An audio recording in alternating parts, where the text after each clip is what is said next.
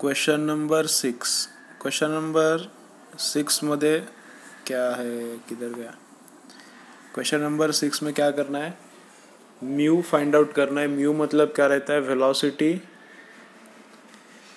Velocity of light in vacuum divided by velocity of light in medium, इनका ratio रहता है mu of material. तो वही ratio लिया है। अब वेलोसिटी ऑफ लाइट का फॉर्मूला है velocity of light is equal to 1/√μ into epsilon naught, उसको यूज़ किया है। तो ऑप्शन सी आता है। क्वेश्चन नंबर 11 में क्या बोला है कि इप्सिलॉन हो रहा है, इप्सिलॉन नहीं कि डाइलेक्ट्रिक कांस्टेंट हो रहा है 4 टाइम्स।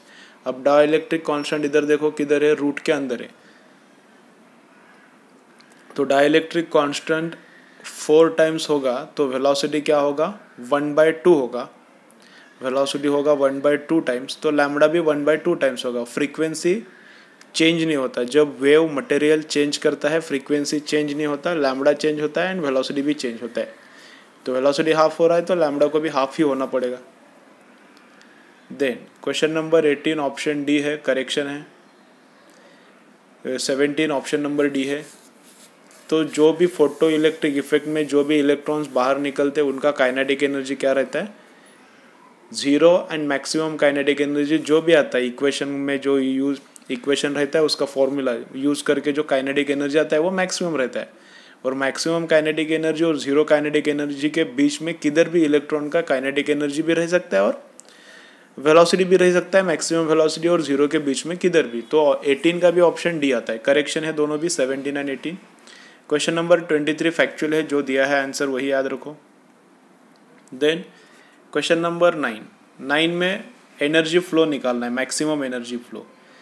मैक्सिमम एनर्जी फ्लो का फॉर्मूला क्या है? वो है E0 B0 अपॉन म्यू। तो जो दिया है वैल्यू इलेक्ट्रिक फील्ड का उसको पीक पकड़ो, कुछ मेंशन नहीं किया उधर, तो उसको मैं पीक पकड़ता हूँ E0। B0 अपॉन म्यू0 मतलब है मैक्सिमम वैल्यू ऑफ H भी दिया है। देखो उधर मैग्नेटिक फील्ड बोला है क्वेश्चन में, लेकिन वो H दिया है यूनिट के हिसाब से देखोगे तो वो H है।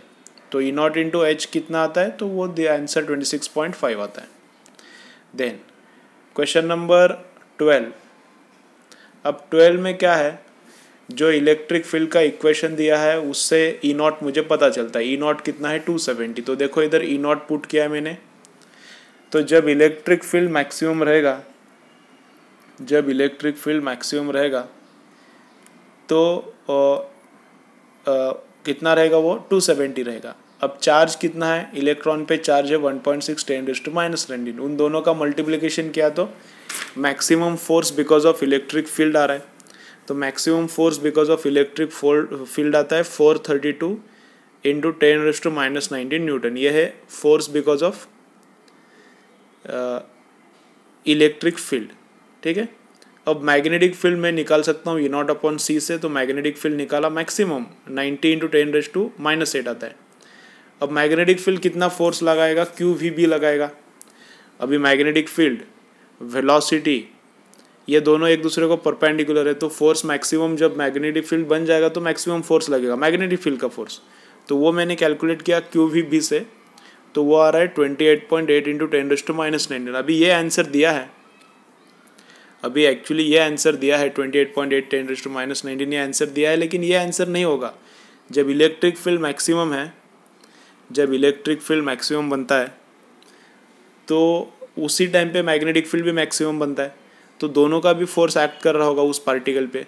तो वो ऊपर वाला 432 इंटू 10⁻⁻19 भी पार्टिकल पे एक्ट कर रहा है, नीचे वाला 28.8 भी पार्टिकल पे एक्ट कर रहा है, और दोनों 90 डिग्री पे है। तो दोनों का रिजल्टेंट निकालना पड़ेगा। तो दोनों का रिजल्टेंट कितना आता है वो अपना आंसर होना चाहिए। ठीक है। तो वो निकाल के देखो, शायद वो ऑप्शन में नहीं है। थोड़ा सा मैं कैलकुलेशन, फाइनल कैलकुलेशन नहीं किया, तो ये कैलकुलेट करके देखो। तो इलेक्ट्रिक फील्ड का फोर्स 432 इंटू 10⁻⁻19, मैग्नेटिक का 28.8 इंटू 10⁻⁻19, दोनों परपेंडिकुलर रहता है।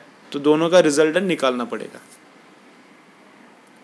देन अभी 14 याद रखो, अभी लास्ट पेपर में भी आया था, कॉस्मिक रेज का वेवलेंथ मिनिमम रहता है। अभी कॉस्मिक आउट ऑफ सिलेबस है इसलिए मैंने उसका बोनस दिया था लास्ट टाइम, लेकिन इस टाइम अभी कॉस्मिक रे का लैम्बडा मिनिमम रहता है, याद रखो। करेक्शन नहीं है उसमें।